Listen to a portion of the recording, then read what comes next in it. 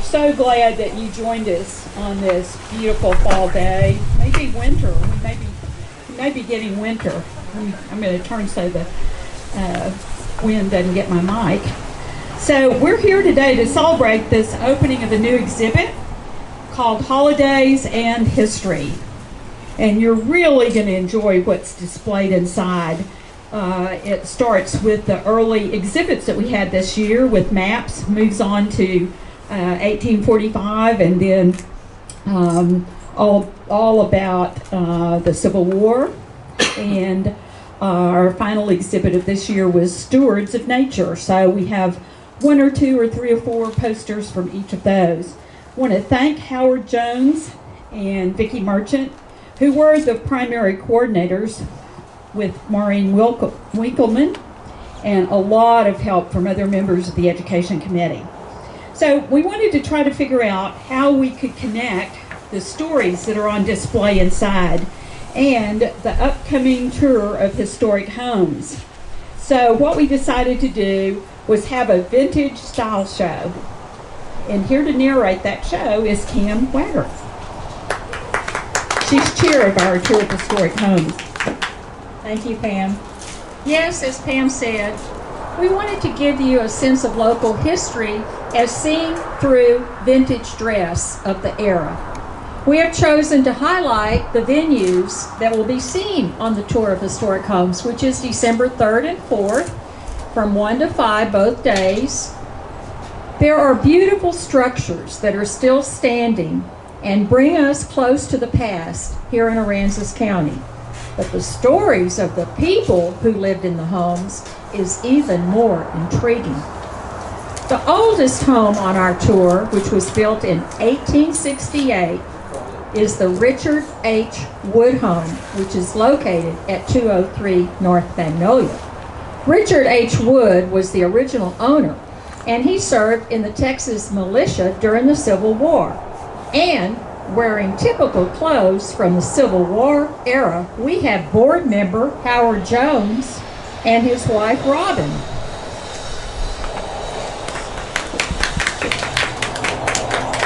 Now Howard is wearing a Confederate shell jacket and a hat with a star that designates the Texas 8th Infantry.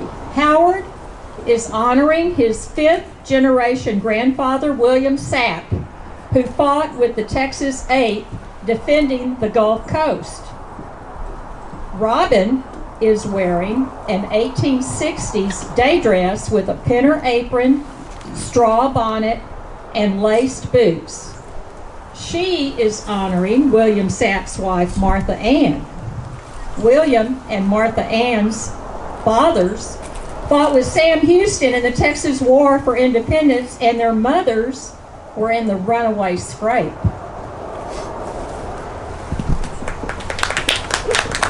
Now here comes Miss Audra Lee Jones.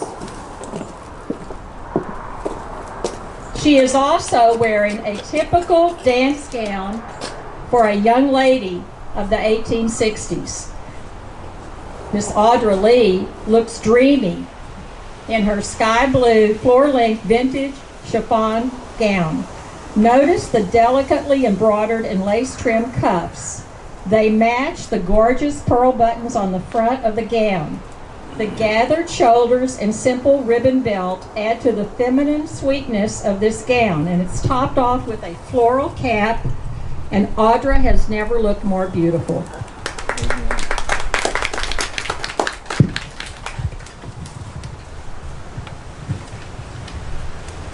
Our second oldest home on the tour is the Leopold Brock home. It's also known as the Angel Rose Bed and Breakfast. This house, which was originally built in 1881, originally stood in a community about a mile from where it is now. In 1889, Leopold Brock bought the house and moved it to its present location at 902 East Cornwall. Leopold and his brother started the mercantile business Brock Brothers. And representing Leopold Brock and his wife Clara are board member Bill Fisher and his wife Joan.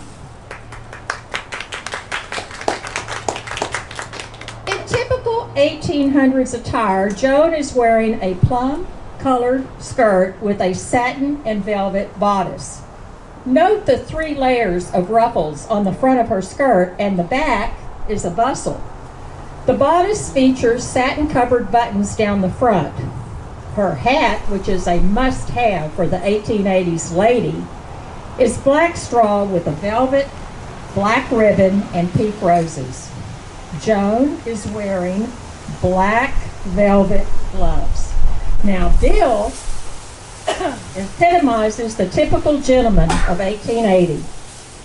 He is wearing a silver diamond patterned vest and a pinstripe double-breasted coat with tails. All men of class back then wore hats, and Bill is wearing a top hat.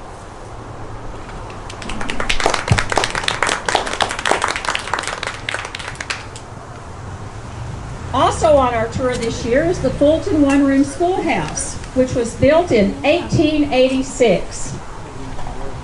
That land was donated by George Fulton, and the first teacher at the school taught grades 1 through 7.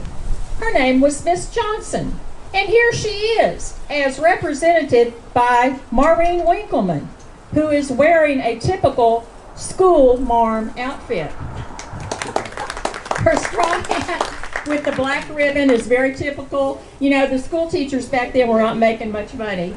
She has a shawl, and I need to tell you about that Cameo pen, because Maureen just shared with us. She bought that at a garage sale several years ago for $1.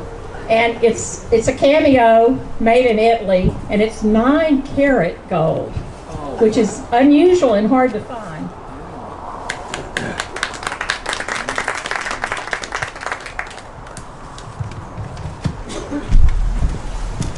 This house, our History Center, was owned by Albert Lewis Bruhl from 1896 to 1907. He was the mayor of Rockport, and he also owned Bruhl's Drugstore. He married Hattie Fulton in 1894. She was the granddaughter of George and Harriet Fulton. Portraying Hattie is Friends of the History Center board president Pam Stranahan. Now, Pam is wearing a tea-length gown with lace over a pale underskirt. She's wearing pearls that were the staple for many evening outfits for the ladies back then. This is just the type of dress that Hattie Fulton Bruhl would have worn to a dance at the Aransas Hotel or at the Bailey Pavilion.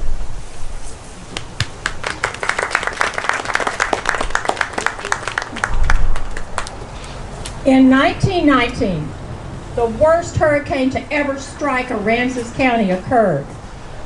The county suffered devastation to over 95% of the buildings, and a windmill that had been installed on the grounds of the Fulton Mansion in 1887 was damaged by the high winds.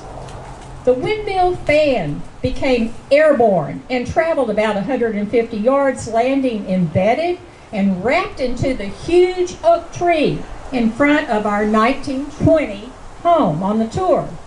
The flapper era had also begun. A new woman was born, and representing her is Pam Dixon Frost.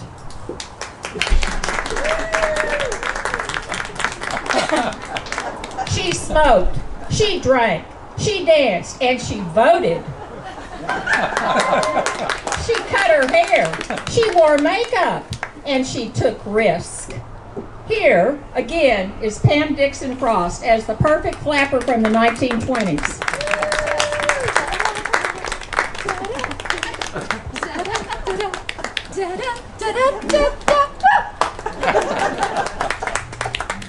Now, in the early 1940s, the Smith Brundrett House at 409 South Pearl was built using salvaged lumber from 3 dismantled homes.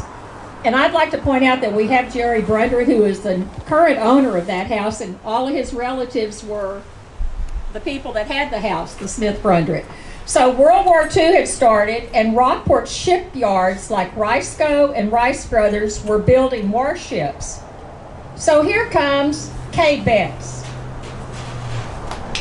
Kay Betts is wearing a jaunty 50s style outfit that would have been at home in the post-World War II era when the Genevieve Hunt Schindel House on our tour was built in 1949.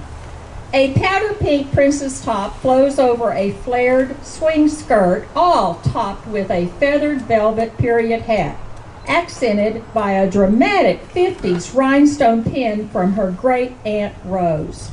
Over her shoulders is a fur-trimmed lamb wool jacket from Clark's of Tulsa, accented by a classic starburst pin.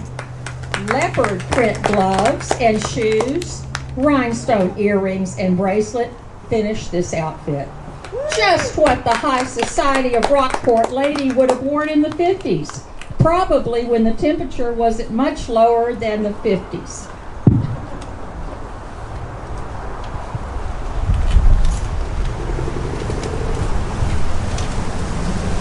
The youngest house on our tour, and y'all know that our houses have to be at least 50 years old to be on our tour, is from 1949, and it's located at 919 Water Street. It was once lived in by Genevieve Hunt. Now, Genevieve Hunt was very involved with several historical organizations. She helped save the Stella Maris Chapel from demolition in 1985. She and her husband ran the Hunt's Courts from 1966 to 1989. And look, here comes Lucretia Jones, who is a Friends of the History Center board member and our treasurer. Lucretia is striking in this all-red dress, so representative of 1949 into the 1950s. The flattering circle skirt, the thin belt, and the simple round neckline all make a statement of classic beauty. Her coordinating red netted hat and wrist gloves mean she's ready for any holiday event. So that ends our fashion show, and I encourage all of you to come on our historic home tour. And at that table down there, we do have tickets for the tour, and we also have tickets for our raffle. So please stop by and get tickets. Pam, am I forgetting anything? Refreshments at the gazebo, and they're really, really good. Vicki? Well, the raffle is outstanding. The tickets are $20 each, or 6 for $100. So you're getting one extra ticket in there. But the winner, the first ticket drawn gets a choice of 2 prizes. Okay, the first one is a history mystery tour of Victoria and Cuero. So you get a stay and a bed and breakfast in Cuero, and a stay and a bed and breakfast in Victoria, and tours of the museums and a meal, right?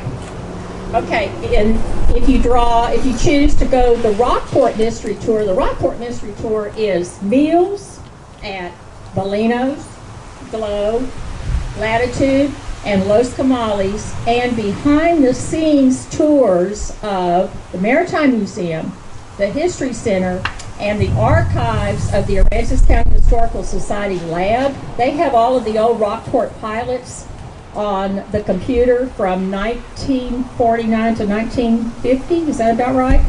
59, something like that. So it's well worth it, because if you go out to eat, you pay $20 already. So you're getting way beyond that for just one ticket.